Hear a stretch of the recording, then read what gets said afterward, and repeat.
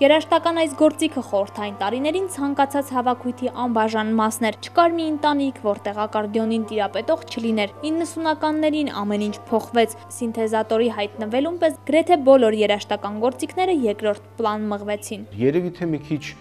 այս ռոբոտացված եւ ավտոմատացված սկսեցինք անցնել, շատ սինթեզներով ամեն ինչ ստացվում է, որովհետև սեմպլերով գրում են թե ակարդեոն, թե դուդուկ։ Մասնագետները վստահեցնում են, որ սա ժամանակավոր երևույթ է։ Ակարդեոնահար Արշակ Ղարիբյանը ընտանիքը կերակրելու համար տարիներ առաջ սկսեց սինթեզատոր նվագել։ Այսօր 15 տարի անց իր հարազատ գործիքը կրկին ձեռքն է առել։ Մի 2 տարի է սկսել եմ զբաղվել, որովհետև զգում եմ, որ ժողովուրդը նորից սկսում է բնական գործիքներին վերադառնալ։ Այս փոփոխությունը սակայն դեռ չեն զգում երաժշտական գործիքների առք ու վաճառքով զբաղվողները, նույնիսկ էժան գներով ամիսներ շարունակ նրանք վերնիսաժում չեն կարողանում վաճառել իրենց ձեռքի տակ եղածը։ Այսօր թափուր են նաև երաժշտական դպրոցների ակարդեոնի բաժինները, իսկ կոնսերվատորիայում այս գործիքի բաժին առհասարակ չկա։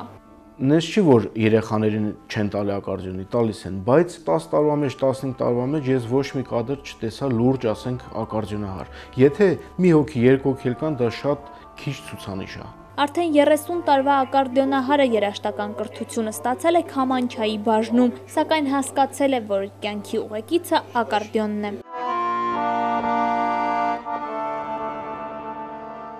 Մարիաննա Գալստյան, Հովսեփ Հովսեփյան, IPFM։